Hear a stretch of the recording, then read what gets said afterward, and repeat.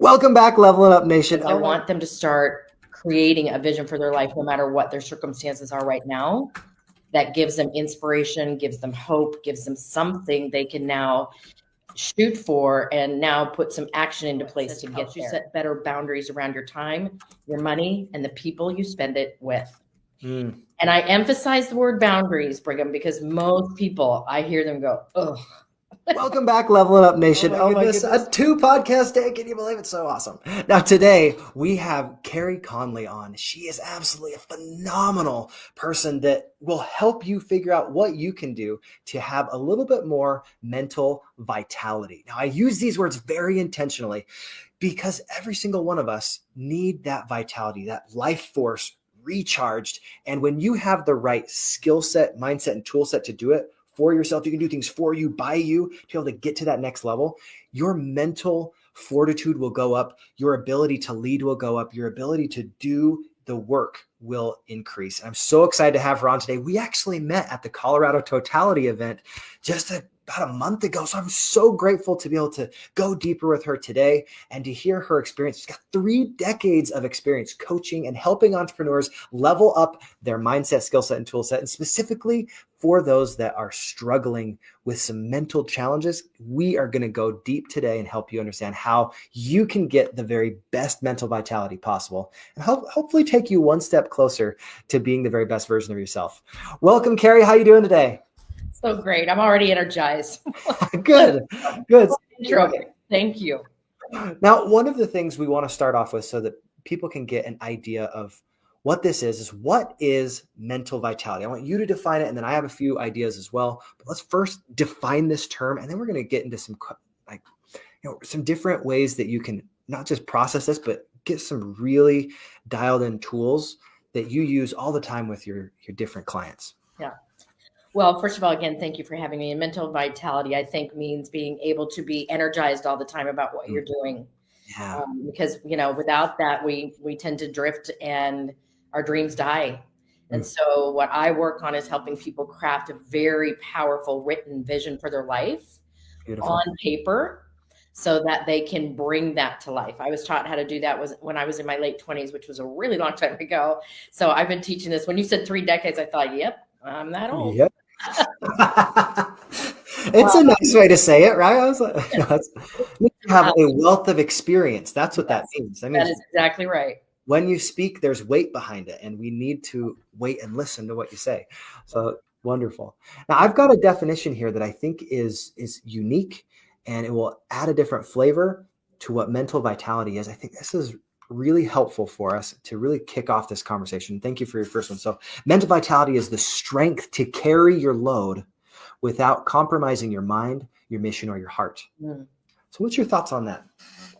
It's interesting that you brought this up because right now I am in the midst of creating another book. I have 2 books out already, but I'm writing a book now that's an anthology book. It's a collaboration with 20 other authors who are writing a story of whatever adversity they've been through for them and what anchored them through that storm. Perfect. So, and the reason I say that is because when I speak and I talk about all the things that having a written vision in your life helps fix, one of the things I talk about is how it becomes the anchor in all the storms, how you carry your load. Because after losing, my story, I think I've shared with you that I've lost both my husband and my 25-year-old son to suicide over the past 11 years now. So many people have asked me, how did you get through that and keep going? And it's because I know what my anchor and my vision is. That's how I know you can stay, carrying through the load, like your definition is implying here. Beautiful. When you think about the adversity that you go to and that we all go through, you don't have to have adversity to be able to have mental acuity and mental vitality. Right. But when you have gone through different things like that, like for you, you can literally be there and say, I can empathize with you. If you have someone that has passed away through suicide, I had my brother pass away as well. I remember just how shocking it was, the just mix of emotions, because my first emotion was shock. And then it was just like, I was really frustrated because I was like, why did he do that? Right. And I blame, and then you go through all of these different things. And then I was like, wasn't his fault, it was my fault. And then all of these different things, it's a wave of emotions. And when you've gone through some of those pits of emotion, those valleys, then you can empathize. But not everyone has to have, drank themselves into prison or, fathered 50 children to know, oh, wow, I really need to dial things in. Mm-hmm. You've got a wealth of experience. You've seen people on all different walks of life. Yeah. What have you been able to do as far as helping people develop their mental vitality, their ability to process those challenging moments and become even better and thriving at the end of it? Yeah. What I do with people when I work with them, Brigham, is I get them to write out a vision for me that's exactly about 3 years out. Because I want them to start creating a vision for their life, no matter what their circumstances are right now, that gives them inspiration, gives them hope, gives them something they can now shoot for and now put some action into place to get there. So what I do, and I do this with entrepreneurs, I'm now starting to do this with young adults, which is my passion. I do this with people who are just kind of stuck in life and just need to see some beautiful light at the end of the tunnel of where they're at. Whether it's a major adversity or maybe they're just not feeling inspired with their job anymore. It could be anything really, but I need them to create for me a picture of what that beautiful, perfect life for them would look like in every area of their life. Yes. Understanding what that picture looks like, that's just the first layer of it though. One of the things I find interesting is sometimes people are not the most articulate when it comes to what they want to be and what they want to do as far as their personal development, but they're pretty articulate about what they want to have. Like, oh, I want this type of thing. I want this type of thing. What is your take on helping people become the person that oopses the great things or has those things after they've become that person? Let's talk to that point. I'm glad you're asking this because when I sat down to write my first vision on paper when I was 28 years old, I wrote a lot more about who I wanted to be and not so much what we have. Yeah. We were pretty newly married. And so I wrote a lot about my relationship with my husband. We were going to start having children. So I wrote a lot about the mom I wanted to be and the values that I wanted to instill in my kids, the relationships that I wanted to have with them. I knew at that moment that I wanted to become an entrepreneur, but I didn't know what path to take yet. So I wrote a lot of things around the environment that I wanted to be in. I wanted to be around other leaders that developed me into a better leader. I wanted to be learning all the time from them and vice versa, right? So a lot of what I wrote was a lot about who I was becoming and who I wanted to be, and not so much about this kind of house or trips, which I wrote those things too, but more about the becoming than the stuff. I think this is such a key distinction because you look at Instagram or you look at all these different social media outlets. A lot of times they're like, here's what I have, all these amazing things, but they don't always talk about what the work is to be that person that does those things. Right. And you have to do the work consistently. And sometimes I think of the shoes that people walk to be able to get to where they want to go.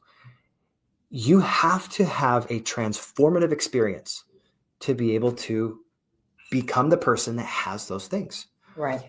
One of the things that I think is important when we're talking about mental vitality is it is recharging. It is something that you have to think, how do I be the very best I can today and tomorrow and the day after and the next week and the next month and the next year? It's not a one size fix all type of problem. Right. And it's not something that happens overnight. So, Carey, how long did it take you to become an overnight success? Is that 1 decade, 2? That's always a work in progress because if you're always growing and leveling up, you never arrive. Perfect. You just hit those milestones. Mm-hmm. And then you go, okay, so this was great. Now I want to get better. What's next? So the moment you say you're done, you've arrived, is the moment I think you start dying, right? So I laugh at that because right now I'm making very huge leaps. And I'm at a place in my life, Brigham, I'm 63, that I could easily say, you know what, I'm good. Mm-hmm. But I'd be bored, to be honest with you, if I just kind of coasted where I was at right now. Right. And I know that because of what I've been through, I have so much more that I'm to give. And I feel very called to that. Like I said, especially to the young adults I want to start working with right now.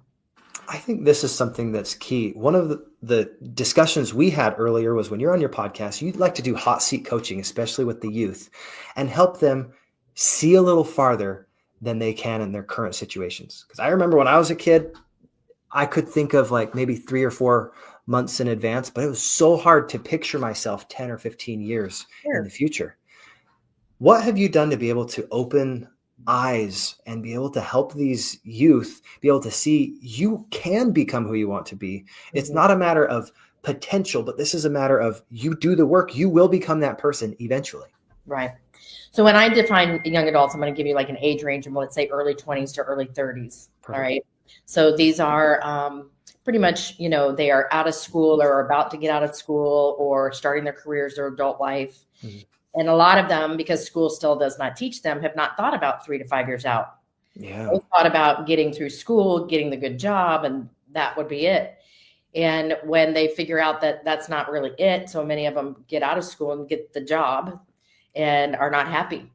Yeah. And I am the one that gets them to think for me, define to me 3 years from now how old you will be. Number one, I always ask people, how old will you be in 3 years? Oof. How old will your family members be in 3 years? Because that gives them a time frame of, okay, so like if they're 27 years old, they're starting to see, wow, I'm going to be 30 and just got married. We're probably starting to have a family. Now we can start visualizing what that picture looks like and then go to work at creating that by reverse engineering it. Mm. So they say to me, if we have a family by then, I really know that we want to live in this neighborhood because of the schools. I really know that we want to be taking a couple of trips as a family every year. You see what I'm saying? They start painting a picture so that when they start writing goals that are 1-year goals, 6 months or 90 days, they can start placing action plans in place to get there. Does that make sense? Absolutely. Yeah. You're putting it in terms that they can actually grasp. Right. That's what I'm hearing. When you're creating this vision with them, not for them, right? You're helping them say, let's take some of these blinders off and not just focus on the immediate future. Let's figure out, what are you going to be if you're there 20 years old? What are you going to be when you're 23? What is that going to look like? And you ask the right questions and you help them process by asking the right questions. I think that's beautiful.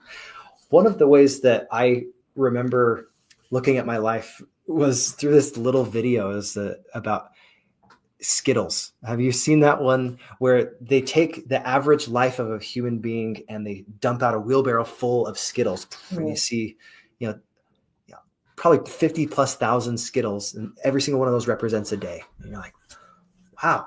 And then they start separating it and doing color. And you think about how, if we aren't intentional with our time, right, those Skittles, they just go away. Right. And sometimes we don't know how long we actually have. This is crazy, but literally last week, someone that I've known for almost a year now, he's been coming to Toastmasters, a really good friend of mine. He passed away suddenly. 67 years old, no warning, just didn't wake up. And it makes you pause. Like sometimes we think, I'm going to live my life and be my very best eventually. And we get on what's called the hedonic treadmill. It's that treadmill of life saying, you know what, eventually I'm going to be happy when I get X, Y, or Z. Or I'm going to be happy if I have this car. I'm going to be happy if I do X, Y, or Z.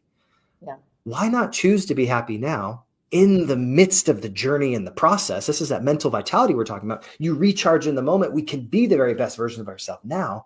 And we do the things and we know what to do. And as we live that decision makes our future inevitable. So Carey, what in your experience has been one of the most rewarding things helping someone else see their vision, even if it's the first time they've seen that vision? What does that feel like?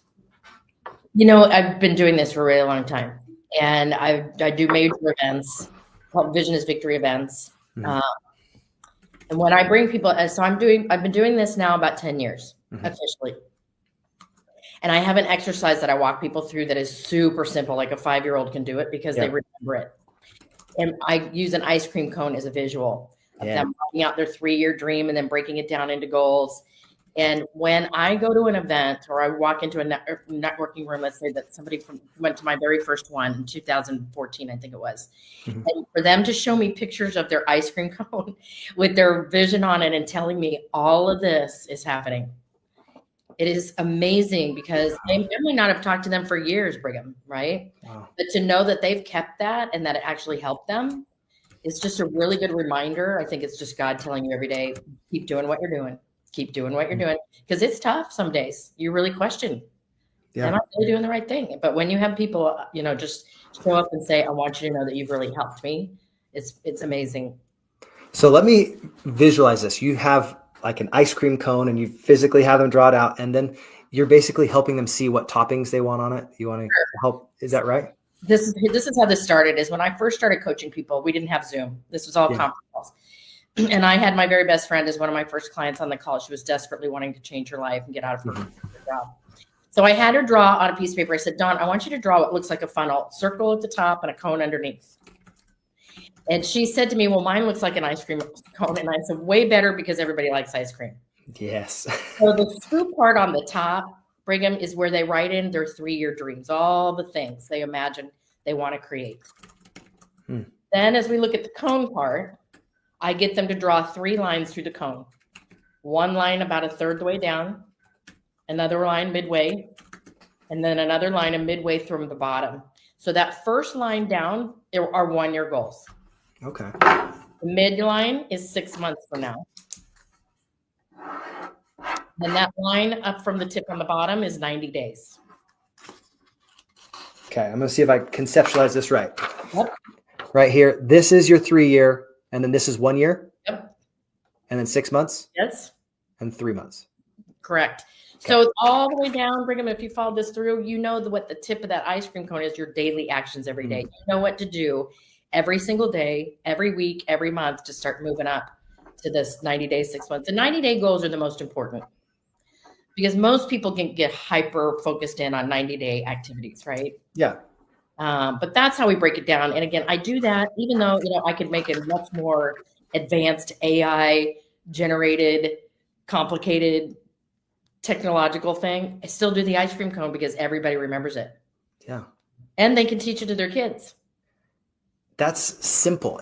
One of the most important things we can do as coaches is take complex ideas, simplify it so they can not only understand it, but they can use it, process it, and make that something that they can share with other people. Like if you have a tool that nobody knows how to use, it sits in the garage and nothing happens. But if you're like, oh, this is an ice cream cone. I know if I bite the end of that ice cream cone, the chocolatey part, right, it's sucking the ice cream cone out. You're going to eventually have that come through. That's right. It's so good. It's fun. I remember my first event at the very end of the day, my team gave out those little mini ice cream cones to everybody. Yes. Okay. It was so fun. I have a video of that somewhere. I'll have to do that again. That's so good. In the blog of this, I'm definitely going to have a picture of the ice cream cone. It's going to be perfect. There you go. Now, what if, of all the tools that you use, you said the ice cream cone is one you use. What is one that you wish you had known about earlier? One that you're like, oh my gosh, this is so useful now. I'm so grateful that I have this understanding. What is that tool that you use in your coaching now that you're like, if I had this when I was brand new, would have changed the ball game? Well, coaching for sure. I think so many people overlook getting a really good mentor and coach because of the investment they have to make. Yeah. A lot of entrepreneurs try to do all the things on their own because they feel like they can't afford the help. And it's really backwards thinking because it's like going to school. You can't learn if you don't invest in yourself from the experts. So I guess the biggest encouragement I would give people is to really, if you need help, get the help. Sooner than later. So tell me, what do you do to be able to identify the right coach? Because there are some coaches that I've had that I'm like, I resonate with you. I listen to what you say. I do it. I get results. Other coaches where I've listened to it and I was like, nothing's happening. Is it me? And I go back to what they said. I do it. And I was like, I don't think this is a law that we're talking about. This is a principle. And sometimes the principle works. Sometimes it doesn't. Right. There's a difference between patterns that are laws. And there's a difference between, here's a principle that works every once in a while. Right. So how have you been able to source your coach and say, this is someone that's worth their weight? Well, I guess the first thing I would say is trust your gut. Yeah. Because I can be in a networking room and there's 10 business coaches in there, right? Mm-hmm. But we all have different approaches, different personalities, different experiences in our life. And so somebody might gravitate towards me because of, let's say, my background versus somebody next to me that has 30 years of more degrees or whatever. So I would trust your gut. Number two, do they have clients that can give testimonies of, yep, this is exactly what they helped me with? And the third thing is I really, really understand your pain points? And sometimes, Brigham, so I do these vision to strategy calls with people. And when I do them, after they write their 3-year vision for me, I'm able to help them break it down and strategize it. I'm able to actually look and read between the lines of some of the things that they aren't able to see. That's a good coach. Yes. And a good coach is somebody who's willing to call you out on it. Yep. It'd be like, oh, yeah. Is what you're doing right now helping serve your vision? You're like, right. No. And that's one of the things we talk about, a scotoma. This is a mental blind spot. Mm-hmm. If you have mental blind spots, you literally cannot see them because you're blind to them. This is why you need a coach. It's not like a nice to have thing. It's necessary, because the only way you remove a blind spot is by having someone raise your awareness to the blind spot. Right. They raise your awareness to say, you know what, this is a problem that is being created because of this issue. And that's one of the things that someone with 3 decades of experience can prove. Yeah. So in the beginning, though, you don't have the experience. You have tools.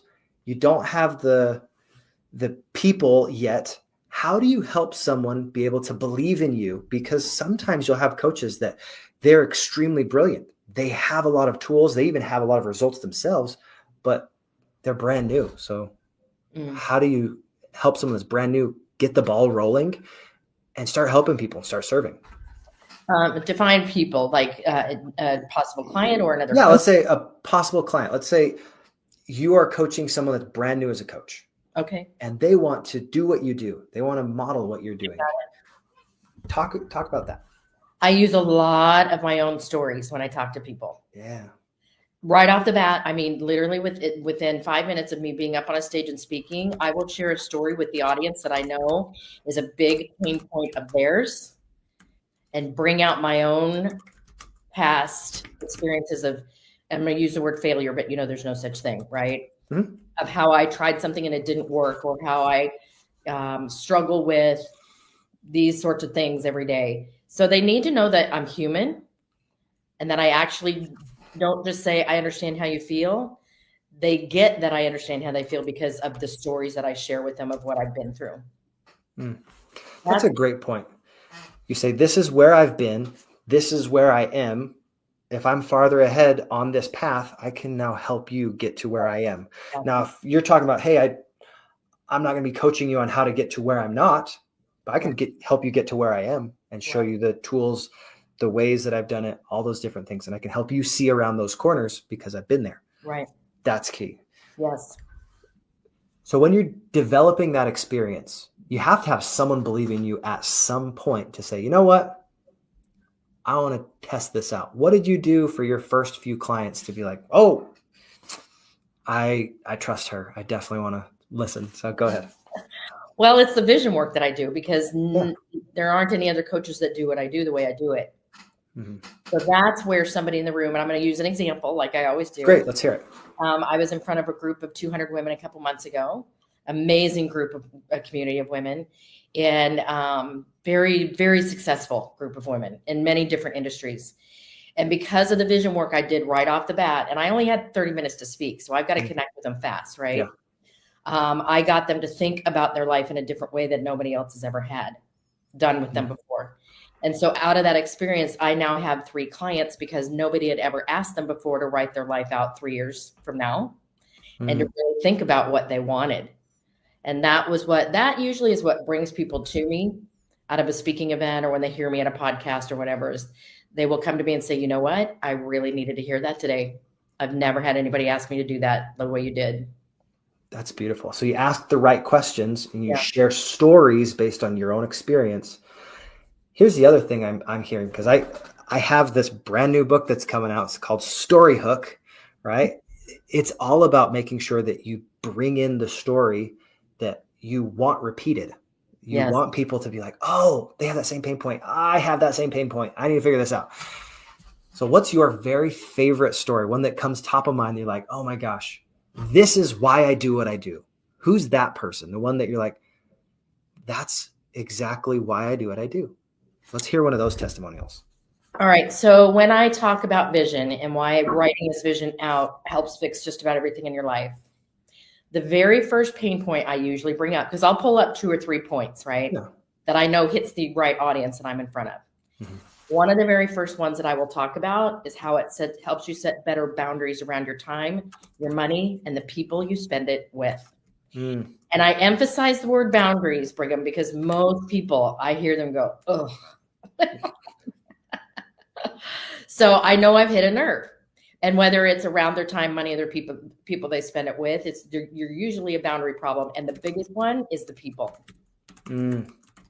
They know they've got some boundaries that they are blurring lines and they're letting people into their life that they should not. And if I have the time, I go into another exercise of showing them how they can move those people to the back row of their life. I do an exercise called the front row. It really helps them see how they can set those boundaries down and what a big effect it's going to make on their life. And like the ice cream cone, Brigham, that is the second thing I hear the most from people. Is to come up to me and go, that front row thing changed my life. That's so good. Yeah. You think about how simple that vernacular is. Hey, are you on the front row of my life or on the back row? Yeah. I already can picture how that can be helpful for somebody. Right.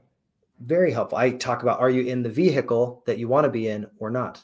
Right. Are you in somebody else's? One of my great coaches, Dr. Greg Kimball, you got to hear from him. He says this idea, who are you plugging into and who are you allowing to plug into you?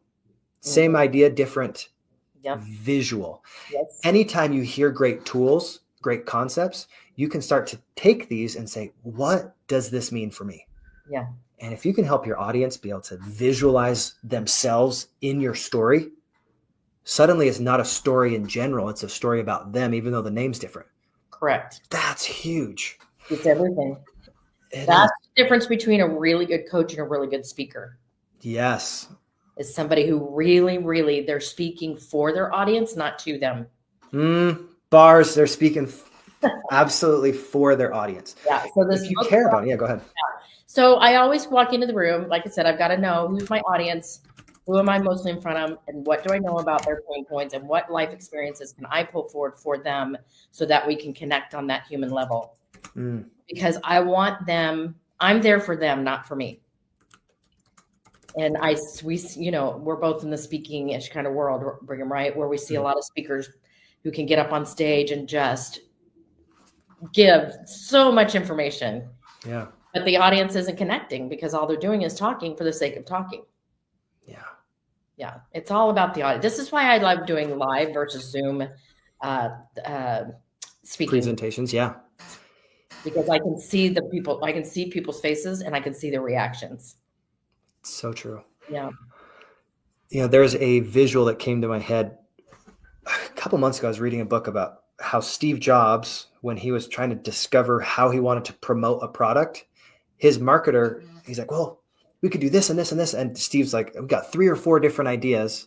And the marketer said, all right, I need you to catch this ball. And he grabbed a couple paper balls and he wadded them up and he threw it at him like 3 or 4 at a time. And Steve tried to catch him and he dropped every single one of the balls. He says, that's not a good message.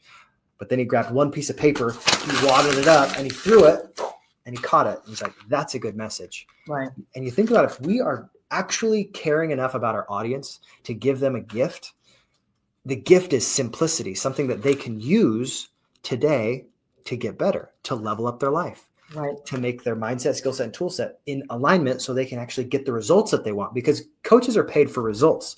They're not paid for information. Yeah. Information's cheap. Honestly, you can go buy a book.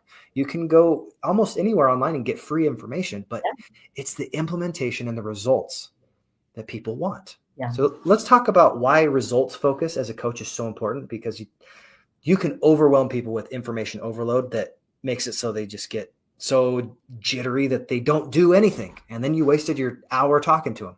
Right. Let's talk about how do you help people narrow down that focus and say, this is what we're going to do next. Well, what I do again is get them to take the action steps that I laid out, right? Write the vision, break it down for me. The next thing we start talking about is where do they really feel like they're getting stuck? Mm-hmm. And this is where I can read between the lines. So a lot of times their focus is, well, my family's not going to support me in this decision, or I don't have enough education, or they're bringing in out all the outside circumstances. We know Brigham probably will never change. Yeah. If you fix one, you'll have another one. What we have to do is get really focused on where is the fear coming from? So when I have a live workshop, like my Vision is Victory thing, where I actually give people time in the room to write their vision, when I bring them all back into the room after lunch is when I start asking them to come to the mic and define to me how they felt about writing it. Ooh, that's good. And so it's not just what you wrote, it's how did you feel about what you wrote. That's a great distinction. Here's where we're really getting stuck. It's never the outside circumstances, very rarely. It's usually about how you felt about writing that. So a lot of times, I'll go back to this scenario of me speaking in front of this group of women. I didn't have much time, so I had them shout it out to me. Tell me how you're feeling. Throw me some words. And they threw out words like, I'm inspired. I have hope. This is exciting. And then I had a couple people raise their hand and go, I'm feeling really anxious right now. Or I'm feeling really overwhelmed, or, I don't know where to start, or what if I try this and I fail? Okay, now we're getting to the root cause of what it really is about. And those are the things that I have them write goals around, because those are the walls. Yeah.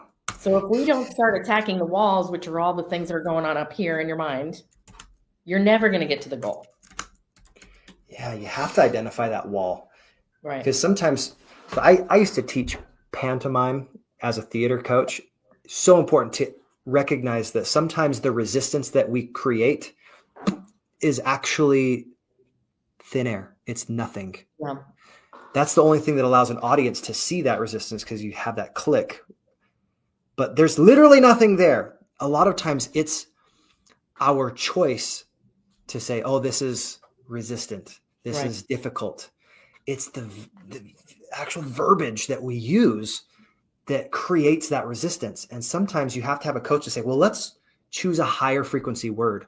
Let's choose another way to phrase that. And one little word can unlock so much. It can take that scotoma, that mental blind spot, and open up so you can actually see the vision. Right. Do you have an idea that popped into your head just barely? I can see it on your face. You got one. You're like, oh, there's a story. I can see a story in your eyes. Go ahead. Well, I'm thinking of a client of mine who is a big fan of mine still. Yeah. I started working with her, I'm going to say 5 years ago, Brigham. Mm-hmm. She had a lot of fear about stepping into coaching because she knew I was going to hold her accountable to the things that she'd been pushing off. Yeah. And she wanted to make a shift she was in network marketing, which is also my past. Mm-hmm. And she wanted to go more into speaking and coaching like I had. Awesome. But there was a lot of, when you go into speaking and coaching, a lot of imposter syndrome. Can I really do this? Will people follow me? But she signed up, and the very next day, she ripped her Achilles or something on the tennis court. Oh. And was going to be laid up now for 6 months. And she came to me and said, so I can't move on with coaching now because I'm now incapacitated and blah, blah, blah. I said to her, and she still says this to people, Veronica, what good of a coach would I be right now if I let you off the hook that easily? Ooh. Because that's not the real reason. We're going back to just the fear of me now holding you accountable. And look, I said to her, look, girl, you're going to be laid up for 6 months. What a better time for us to be creating a new business for you. So again, I can lovingly just kind of see where the fear comes up and where they're going to attach an outside circumstance to why they can't keep moving forward and kind of move them through that. That's so beautiful. What kind of a coach would I be if I let you quit now, or if I let you off the hook? I'm stealing that, and I'll give you credit for a little bit, and then I'll eventually make my own. But thank you so much for that. That's a great tool. How can I let you off the hook? One of the other things that comes top of mind for me is I've had lots of different coaches in my life. I did tons of different sports. I did soccer. I did baseball. I did a lot of business coaching with short-term rentals, now theater coaching, all of these different elements. One of the things that I've noticed with coaches is they say the hard thing in the moment that it matters. That feedback loop, if it's too long, it actually doesn't help. Like if they're like, hey, if you would have just done this during the game, it would be fine. Well, the game's over. So I literally can now hopefully have that be helpful in the future, but not anymore. Right. What's been your experience helping people in the moment where it actually matters to have those adjustments, those micro things? You're like, hey, you fell off the horse. Let's get back on right now and go do the work. Do you have someone that came to mind or a story that comes to mind? You're like, oh, so glad in that moment. Yeah, go ahead. Well, because most of the people I coach are dealing with some sort of fear, what's keeping them stuck. So we're constantly working through things. Yeah. So again, the way I do that in a very loving, positive, non-shaming way is remind them that, hey, I understand because I've been through that. Mm-hmm. And I share more of my stories so that they know we're talking on a human level here. And I'm not just trying to call them out or judge them in any way. It's very important as a coach to make sure that they never feel shame or judged. That's so cool. So just more on a human level, more stories. I think the fact that I'm very public with my story and the things that I've been through lays a foundation for people to know that I'm not just in it for the title. I'm in this to really help people. I think that heart, you can feel it. It's different than someone's just like, let me show off on stage for you. Like, no, I'm here to help you. I'm here to serve. I'm here to give you tools that you can actually take and use. Right. And teach you how to use them so that you can have an expert tool used expertly. And that's a huge distinction. If you're a great coach, you help them not just know what the tool is, but actually know how to use it. Right. And that's one of the reasons you'd go to all of these different retreats. The reason you go and connect with people at the very highest level. Like if your coach doesn't have a coach, for instance, that's interesting because for me, I'm always going to have a coach. I have a book coach right now to help me get my story hook book totally finished and across the finish line and published. It's really easy to just write and do it by yourself, but it's a totally different thing to say, hey, I've been there, I've done that. You're missing this. This needs to be fixed. Like I wrote 71,000 words and he's like, bro, we need to pare this back, simplify it, especially for your first book. People need to be able to digest it and then implement it quickly. And I was like, you're right. I don't need to tell them everything. I don't need to give them every single data point. I'm going to give them everything they need to get the result in a simple time frame. So I'm going to do like a 25 to maybe 30,000 word book when you can read in a 2-hour sitting and then they can get some value from it and do something with it. That's a very different book than one that takes a month to read. I know you've got some of those. So let's talk about this for a moment. Is there anything that comes top of mind for you that you're like, man, this is the pain point that I see the most often. And here's how I've been able to make the adjustments in my life to be able to be the example, not just tell people about what to do. I think there's two. One is comparison. That's a huge problem we have in this world right now, especially because of social media. Yeah. Big problem with my young adults for sure, because they see everybody else out there killing it. Yeah. And what they tell me, Brigham, all the time is they feel like they're already behind. So I think a lot of people get really tripped up in the comparison thing. And because of that, they care so much about what other people think, and it stops them in their tracks. What will my parents think? What will my peers think? When I stepped into the world of network marketing, that industry, this was the early 90s, Brigham. In that time frame, network marketing was taboo. Yeah. Believe it. Well, I'm from Utah. I totally get it. I slipped into my DMs again. All right. Thank you. No, I don't want the lotions and potions and pills. Exactly. So, I have a business degree and I was working my way up the ranks of a company, but I hated it. I was not doing the 9-to-5 gig well. Yeah. And so when I decided, I joined a company called Arbonne, which I'm sure you're familiar with. When I stepped into that, wow. I mean, the support I thought I was going to have from my family and friends, not there. They thought I was crazy. And so I think there's a lot of people who will not even go after a dream because they fear so much about what people are going to think about what they're about to do. And you think about the hard work that goes into being your very best self. Sometimes it takes years for people to realize those dreams, and they quit 3 feet from gold. Yes. It is so easy to stop doing what you want to do and settle.